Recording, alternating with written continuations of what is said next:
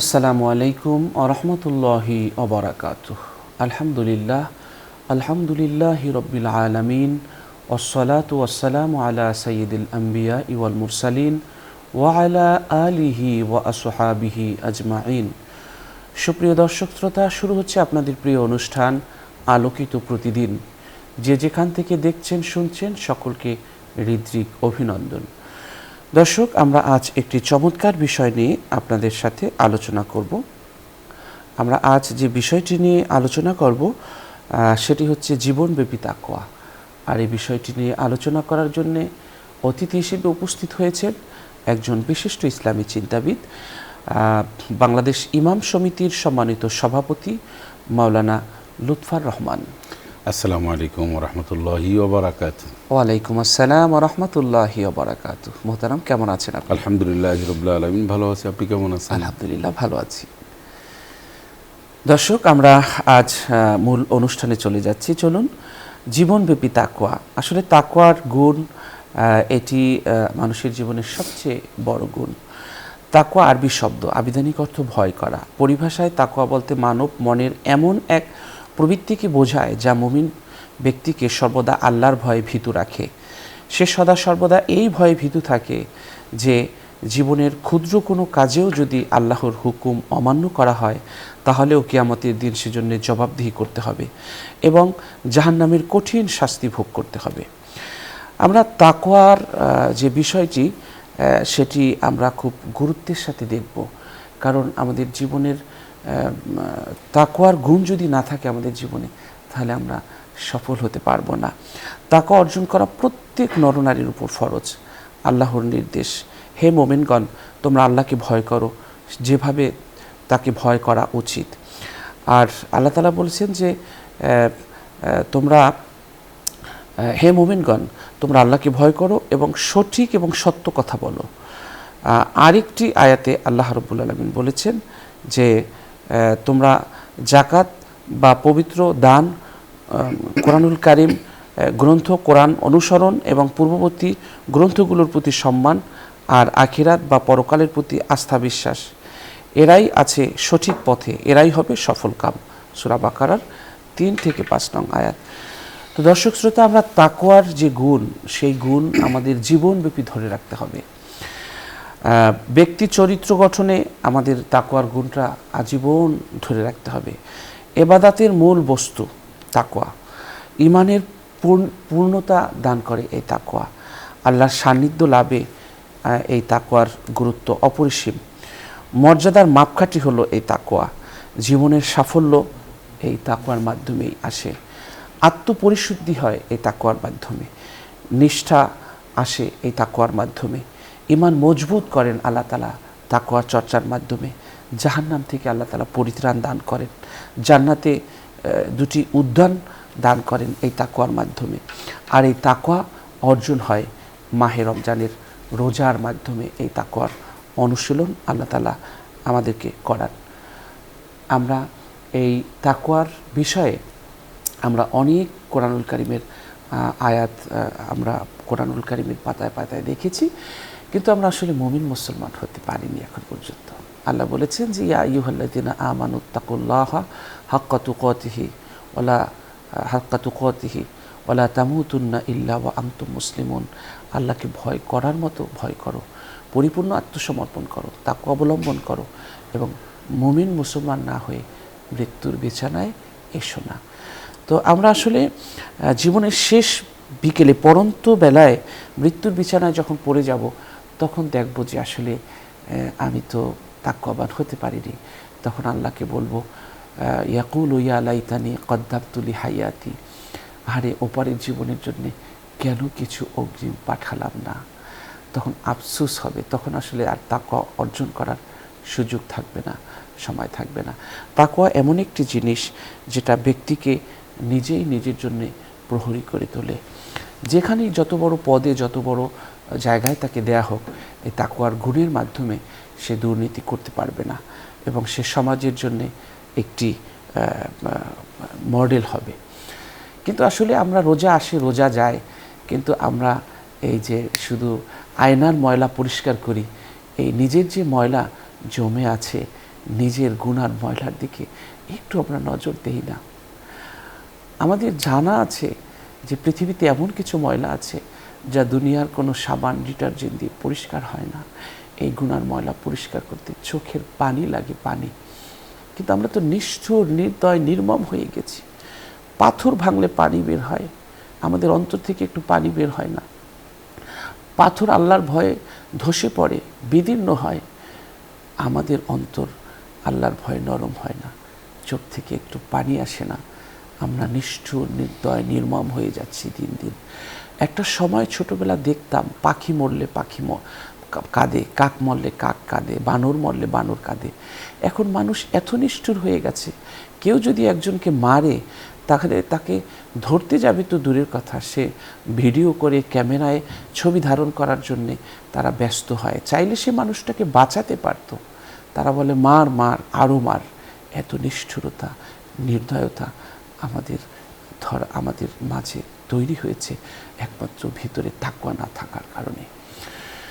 শুধু রমজান আসলো, এই 30টা দিন আমরা ভালো থাকলাম, রমজান শেষ হয়ে গেল, আবার চুরি চামারি, চাঁদাবাজি আবার আগের মতোই করতে থাকলাম, তাহলে আমি তো মঞ্জিলে মসজিদে পৌঁছতে পারবো না সুন্দর মতো। যে তাকওয়া একটা মাস আমাকে প্রশিক্ষণ দিয়ে গেল, এই প্রশিক্ষণটা জীবনব্যাপী ধরে রাখতে হবে। জীবনব্যাপী ধরার জন্য একেবারে ঈমানের কালি দিয়ে নূরের হরফে খোদাই করে লিখে রাখতে হবে, যেন পানিতে না মুছে, ঝড়ে না মুছে, যা কোনো কিছু দিয়ে মোছা যায় না, সেভাবে করে এই গুণগুলো নিজের অন্তরে লিখতে হবে।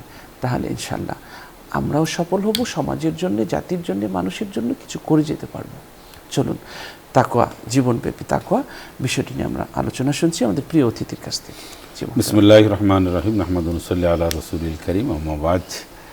আপনি অনেক উপস্থাপন করেছেন, তথ্য দিয়েছেন, কোরআনুল কারীমের উদ্ধৃতি দিয়েছেন।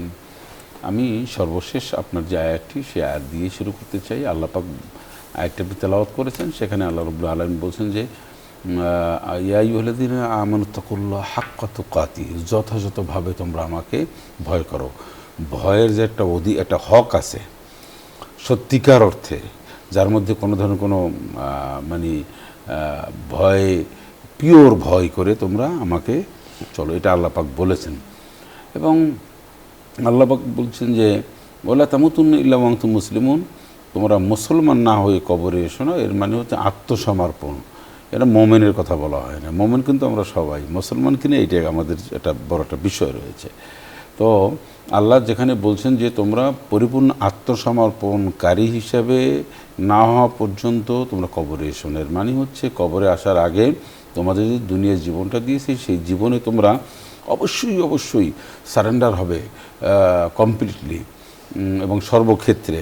যেমন কোরআনুল কারীমে অন্যত্র বলেছেন ইয়া আইয়ুহাল্লাযীনা আমানুদখুলু ফিস-সিলমি কাফা, যে ঈমানদারগণ তোমরা পরিপূর্ণভাবে ইসলামে প্রবেশ করো। পরিপূর্ণভাবে মানে হচ্ছে যে আমরা যতটুকুন জানার চেষ্টা করি এবং ইসলামের যে আদর্শ, সেই আদর্শটা আমি পরিপূর্ণ করে মানার চেষ্টা করব। আর কিয়ামতের দিন আল্লাহ পাক এই কথা জিজ্ঞাসা করবে না, বান্দা তুমি সব না পরিপূর্ণ করে তুমি মাইনে আসো নাই কেন? বলবেন যে তুমি কতটুকুন চেষ্টা করেছো, মানার তো আন্তরিকতা কতটুকুন ছিল। তো আমরা তো আসলে 100% আল্লাহকে মাইনা চলার আমাদের আসলে সেই যোগ্যতা আল্লাহ দেয়নি। কিন্তু আল্লাহ পাক দেখবেন যে কতটুকুন তাকে ভয় করেছি, কতটুকুন তার বিধিবিধান মানার আমাদের আন্তরিকতা ছিল, অব্যাহত ছিল, চেষ্টা ছিল। এই আয়াত যখন নাজিল হয়, সাহাবীরা তখন কান্না শুরু করলেন যে আমরা আল্লাহর জন্য আমাদের জানমাল সব কিছু উৎসর্গ করে দিয়েছি ইয়া রাসূলুল্লাহ। এরপরও আল্লাহ পাক বলছেন যে আমরা মুসলমান না হয়ে যেন কবরে না যাই, তাহলে আমরা করবোটা কি? তখন আল্লাহ পাক অন্যত্র আয়াতে বলছেন ফাত্তাকুল্লাহ মাস্তাতাতুম, তোমরা আল্লাহকে ভয় করো তোমাদের সাধ্য অনুযায়ী, তোমাদের সাধ্যে যা আছে এইটা অনুযায়ী, তোমাদের ক্যাপাবিলিটি যা রয়েছে, তোমাদের শক্তি সামর্থ্য যা আছে এটুকুন দিয়ে তোমরা করো। একেবারে তোমরা আল্লাহ তোমাদের সাধ্যের বাইরে কিছু চাপিয়ে দেন না। ইউরিদুল্লাহ বিকুমুল ইউসরা ওয়ালা ইউরিদু বিকুমুল উসরা লা ইউকাল্লিফুল্লাহু নাফসান ইল্লা উসআহা। আল্লাহ মানুষের সাধ্যের বাইরে কোনো কিছু চাপাই দেন না। আমার সাধ্যে যতটুকুন শক্তিতে কুলায় ততটুকুন আমি আল্লাহকে ভয় করে চলবো, এইগুলো আরটা কি। আর আল্লাহকে কেন ভয় করব? এটার আর একটা বড় কারণ হচ্ছে আল্লাহ পাক বলছেন ইয়া আইয়ুহাল্লাযীনা আমানুত্তাকুল্লাহ ওয়াল তানজুর নাফসুম মা কদ্দামাত লিগাদি। যে হে ইমানদারগণ, তোমরা আল্লাহকে ভয় করো আর এই কথা চিন্তা করো যে আগামী দিনের জন্য, কবরের জন্য, হাসরের জন্য, মিজানের জন্য, জান্নাত পাওয়ার জন্য তুমি তোমার রবের নিকটে কি কি প্রেরণ করেছো, কি কি তুমি তোমার পথের পাথেও জমা রেখেছো, এটাকে একবার তুমি ভেবে দেখেছো? এর মানে হচ্ছে আমার এই দুনিয়ার জীবনযাপন করার জন্য আমার যেমন সব অ্যারেঞ্জমেন্ট আমার রয়েছে, একটা প্ল্যান আছে। কি প্ল্যান? যে আমি কেমনে চলবো, কিভাবে আসবো, আমার কয়টা দোকান, মানে একটা যে কোনো মানুষের একটা প্ল্যান থাকে। আমরা আখিরাতে, আমরা কবরে, তারপর হাসরে, মিজানে, অত সর্বোপরি আল্লাহ আমাদের কিভাবে জান্নাত দেবেন, এইটার ব্যাপারে কিন্তু আপনার আমার কোনো প্ল্যান নেই। তো এখন আমরা আগামী বছর কেমনে চলবো, তার পরের বছর কেমনে চলবো, টোটাল একটা প্ল্যান থাকে, আপনার আমাদের প্রেশানিও থাকে। বাট একজন মানুষ, আমার মুসলিম হিসাবে প্রেশানি থাকা উচিত যে আমি কীভাবে জান্নাতে যেতে পারবো, আমি কবরে কিভাবে অন্ধকার কবরের নূরটা পাবো, আমি কিভাবে কবরে আমি একটা সুন্দর বিছানা পাবো। এটার ব্যাপারটা তো হাদিসে ব্যাখ্যা দিয়েছেন যে তুমি কিভাবে পাবে, কোন কাজ করিলে কবরে নূর হবে, কোন কাজ করিলে কবরে তুমি খাদ্য সামগ্রী, মানে আল্লাহ তোমাকে সেই ব্যবস্থাপনা করে দেবেন, কোন কাজ করিলে তোমার কবরটা আল্লাহ প্রশস্ত করবেন। এটা রাসূলুল্লাহ সাল্লাল্লাহু আলাইহি ওয়াসাল্লাম সব হাদিসে বর্ণনা করেছেন। এটা তো অস্পষ্টর কিছু না। আচ্ছা, এখন আমরা এটা করি না করার কারণে আমরা আমাদের স্বেচ্ছাচারিতা বা আমাদের নিচের প্রয়োজন অনুযায়ী আমরা চলি। সেজন্য আল্লাহ পাক বলছেন নো, তোমরা ইয়া আইয়ুহাল্লাযীনা আমানুত্তাকুল্লাহ ওয়া কুনু মা'আস সাদিকিন, এই ভয় করার সাথে সাথে হে ইমানদারগণ তোমরা আমাকে ভয় করো এবং ভালো লোকের সাথে চলো, যারা সুন্দর মানুষ, আমল আখলাক ভালো, যে মানুষটি নামাজি, কালামি, সৎ, ন্যায়পরায়ণতার গুণাগুণ রয়েছে, তার সংস্পর্শে থাকো। এগুলি কিন্তু আল্লাহ পাক কোরআনুল কারীমের মধ্যে পরিষ্কার করে বলেছেন। কথা বলার ক্ষেত্রে আল্লাহ পাক বলছে ইয়া আইয়ুহাল্লাযীনা আমানুত্তাকুল্লাহ ওয়া কুলু কাওলান সাদীদা, তোমরা আল্লাহকে ভয় করো, কথা বলার ক্ষেত্রে তোমরা মানুষের সাথে উত্তম, সুন্দর, সৎ সুইট ল্যাঙ্গুয়েজ ব্যবহার করো। এবং এখানে আল্লাহ রাব্বুল আলামিন বলছেন ওয়া কুলু লিন্নাসি হুসনা, সর্বসাধারণ মানুষের সাথে তোমরা ভালো ব্যবহার করো। এগুলি কিন্তু আল্লাহকে ভয় করার একটা বড় ধরনের মাধ্যম। আরেকটা হচ্ছে কোরআনুল কারীমের মধ্যে আল্লাহ রাব্বুল আলামিন বলছেন ইন্নাল মুত্তাকিনা ফি জান্নাতিন ওয়া আয়ুন, ইন্নাল মুত্তাকিনা ফি মাকামিন আমিন। মুত্তাকিনদের গুণাগুণের কথা কোরআনের অনেক জায়গা আল্লাহ বর্ণনা করেছেন। তো যারা মুত্তাকিন হবে, তাকওয়া পরহেজগার হবে, এরা হচ্ছে আল্লাহ রাব্বুল আলামিন তাদেরকে জান্নাত দিবেন এই ওয়াদা করেছেন। তারপর নানান ধরনের প্রতিশ্রুতি আল্লাহ পাকের রয়েছে। এখন প্রশ্ন হচ্ছে ভয়টা কি? আপনিও ব্যাখ্যা করেছেন যে ভয় কি, আল্লাহকে যে ভয় করে চলবো। তাকওয়া কি? তাকওয়া হচ্ছে এমন একটা জিনিস, এমন একটা পথ, যে পথে কাঁটাযুক্ত পথ, এই পথটায় আমার হেঁটে যেতে হবে। তো এখন আমি কি চোখ বন্ধ করে হেঁটে যাব না দেখে দেখে যাব? তো আমি নিশ্চয়ই কাঁটাযুক্ত পথে দেখে দেখে পাটা বাড়াবো, যাতে করে আমার পায়ে কোনোভাবে কাঁটা না ঢুকে যায়, হুল না ঢুকে যায়। এটাই স্বাভাবিক। আমি চোখ খোলা রেখে হেঁটে যাব। তাকওয়াটা ঠিক এইভাবে। তাকওয়াটা হচ্ছে, এটা কোনো ওয়েট নাই, তাকওয়ার কোনো দৈর্ঘ্য প্রস্থ নাই, এর কোনো কালার নাই। তাহলে জিনিসটা কি? জিনিসটা হচ্ছে যে আমি চোখ কান খুলে বিবেক বিবেচনা দিয়ে আমি চলবো। কি? আমি হারাম যেটা, অবৈধ যেটা, সে পথে যাব না। ইলিগাল কথাবার্তা আমি বলবো না।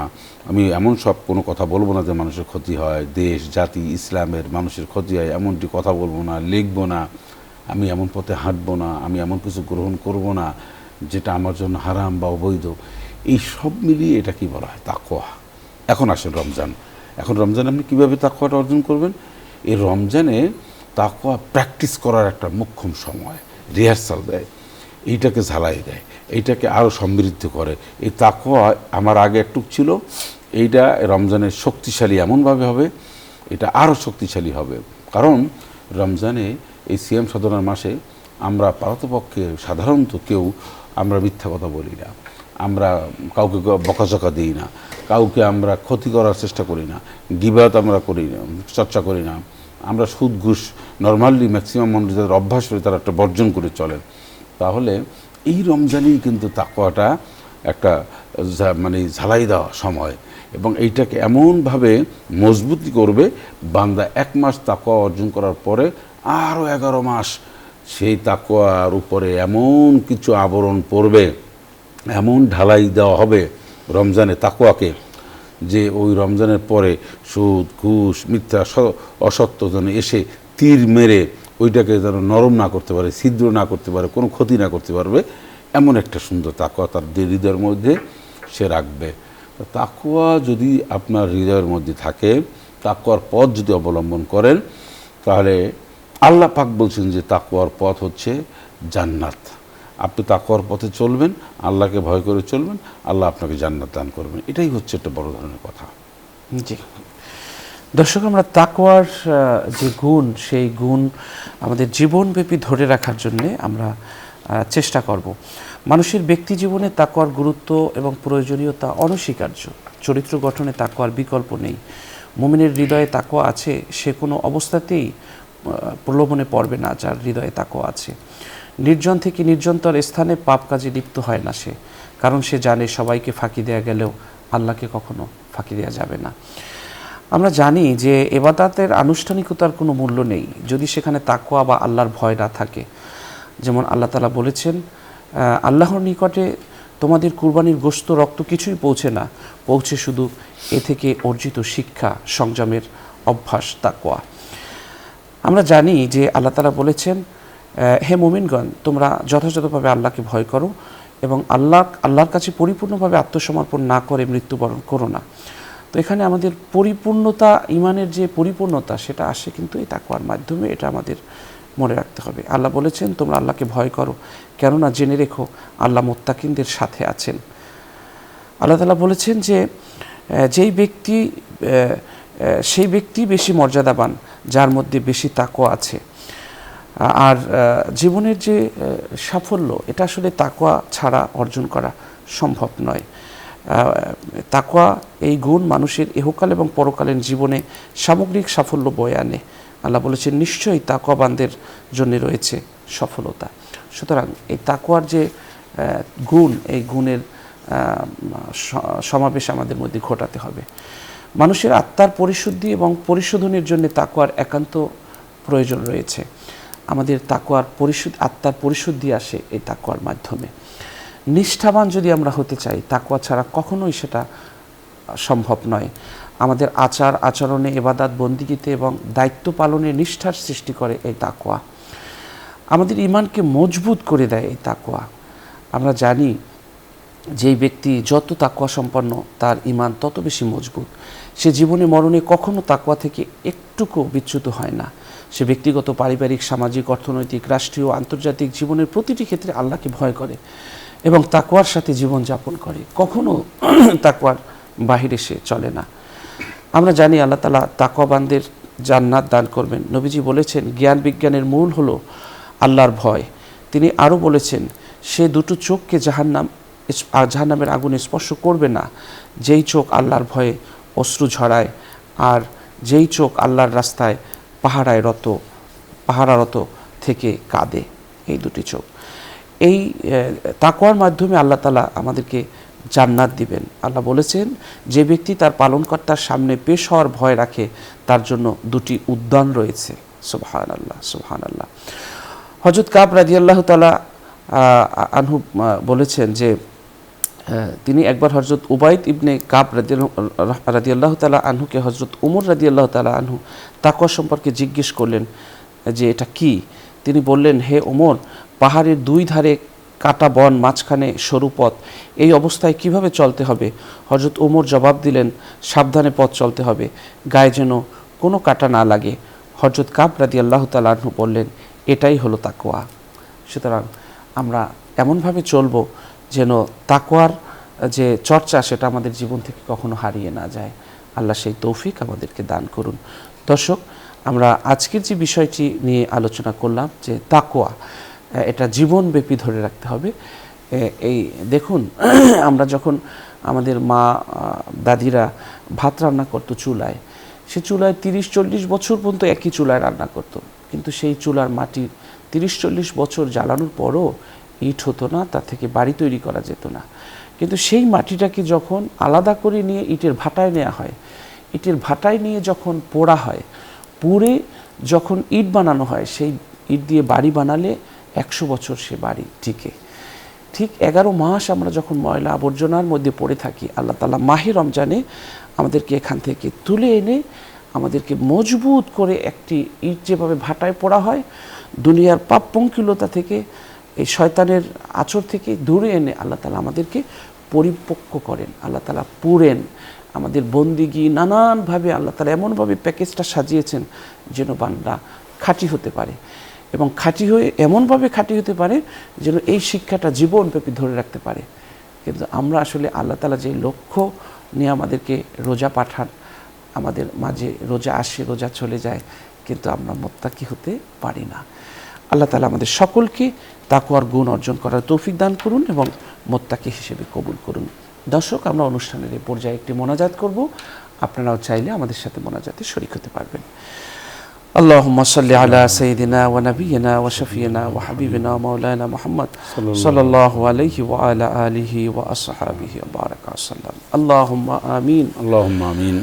ربنا ظلمنا أنفسنا وإن لم تغفر لنا وترحمنا لنكونن من الخاسرين. آمين آمين.